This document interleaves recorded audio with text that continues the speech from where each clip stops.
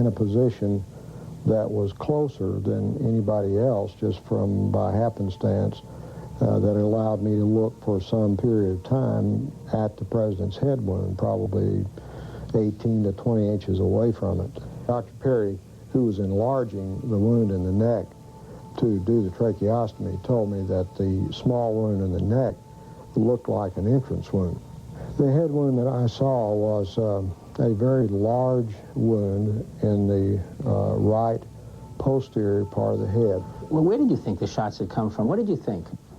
But I think, even then, that I would have thought that this was certainly an exit wound in the back of the head, and that therefore the shot must have come from the front. I viewed the autopsy pictures. They had the frontal part of the cerebrum here and the skull out. So when the picture was taken, you think they pulled the skin back up over this wound? That's the only thing I can postulate, because the back of his head was gone. This was a huge hole. Because on the right, it was 9 to 10 centimeters across, and you could look right into the brain. Crenshaw.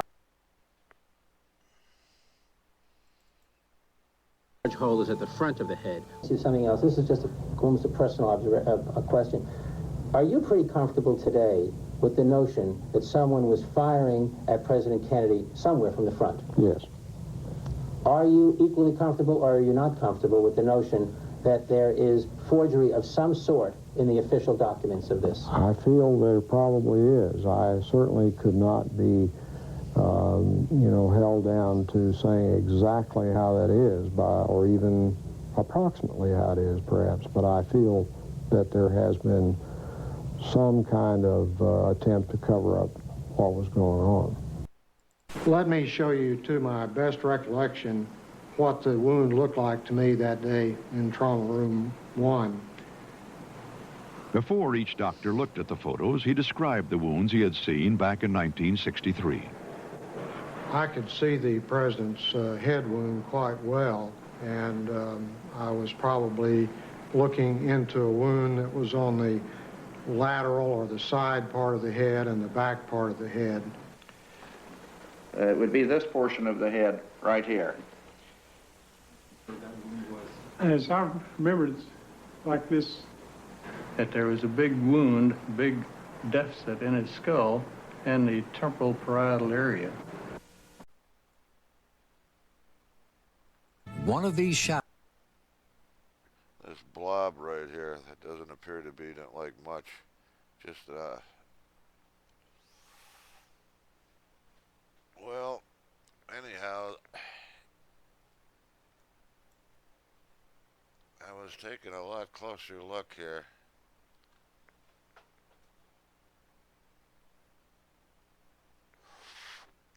Let's see if you see what I saw.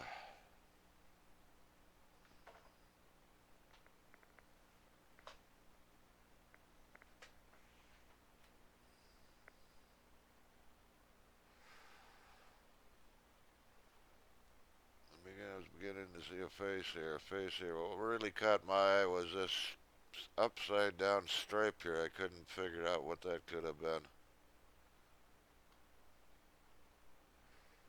So I was looking a little closer.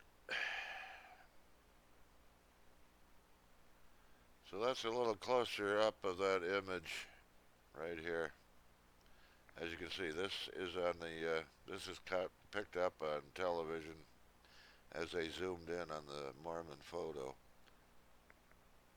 This was in a book, double page enlargement.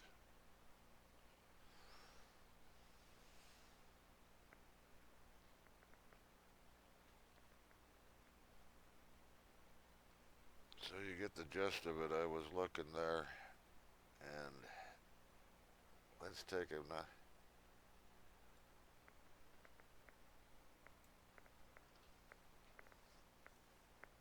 here's some of the images I've extracted from that.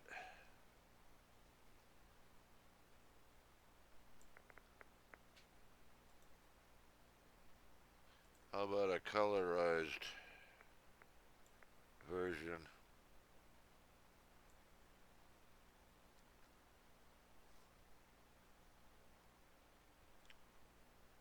One face there, one face here.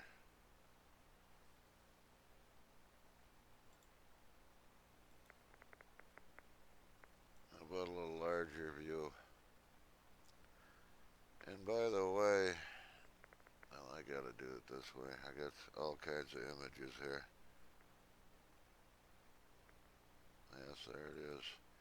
Here's an independent close-up somebody did. I don't even know who it was, but this was a digitally enhanced version of the Mormon photo.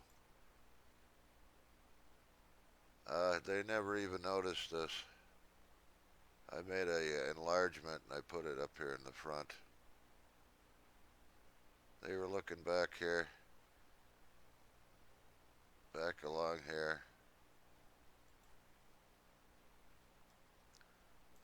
And that may not, I know it's hard to see. I didn't see it for several minutes. And once I started putting the pieces together, once the brain starts putting the pieces together, like I say, all I was looking at was this upside down V. Let's see, there should be something. Yes, that upside down V.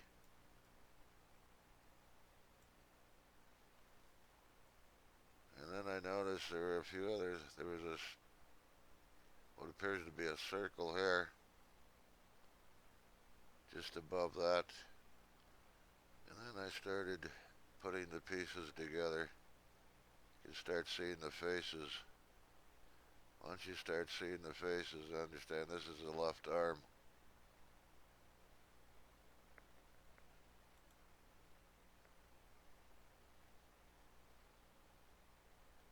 That's the History Channel, that's the close-up.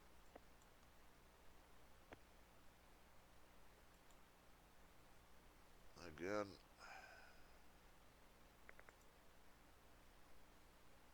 I'm losing my...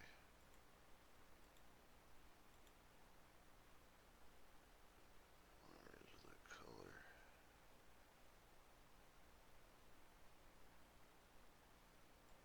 There's the colorized.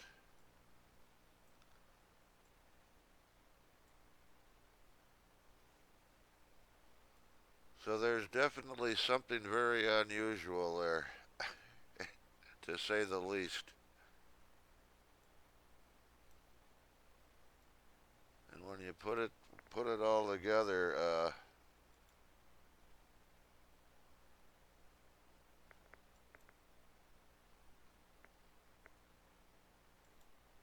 can find that one again. Well, anyways, here's an even more extreme close-up. Let me see if I move that in a little.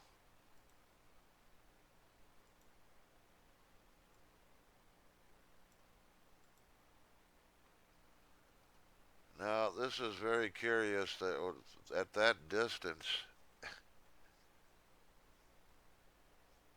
I mean, it's picking up this, and it does look like some writing much similar to this. That's a very long distance.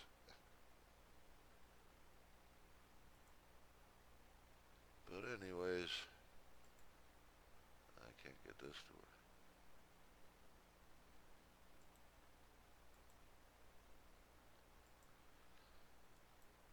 So anyhow, it's very curious that, if I can find that one.